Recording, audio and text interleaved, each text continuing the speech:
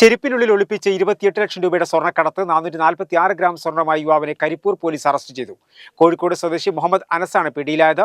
വിമാനത്താവളത്തിന് പുറത്ത് ഈ മാസം പോലീസ് പിടികൂടുന്ന 7ാമത്തെ കേസാണിത്.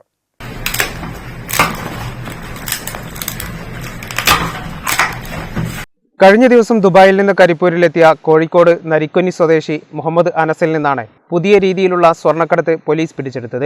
കസ്റ്റംസ് പരിശോധന കഴിഞ്ഞ് പുറത്തിറങ്ങിയ അനസിനെ രഹസ്യവിവരത്തെ തുടർന്ന് കരിപ്പൂർ പോലീസ് കസ്റ്റഡിയിലെടുക്കുകയായിരുന്നു.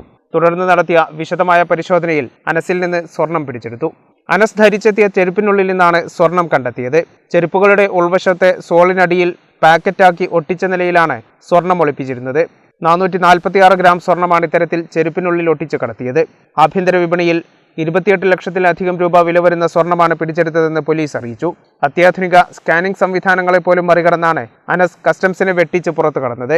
ജില്ലാ പോലീസ് മേധാവിക്ക് ലഭിച്ച രഹസ്യവിവരത്തെ തുടർന്നാണ് അനസിനെ കസ്റ്റഡിയിലെടുത്ത് പരിശോധിച്ചത്. ഈ മാസം 3 ആഴ്ചക്കിടെ കരിപ്പൂർ എയർപോർട്ടിന് പുറത്ത് വെച്ച് പോലീസ് പിടികൂടുന്ന 7ാമത്തെ സ്വർണ്ണക്കടത്ത് കേസാണിത്.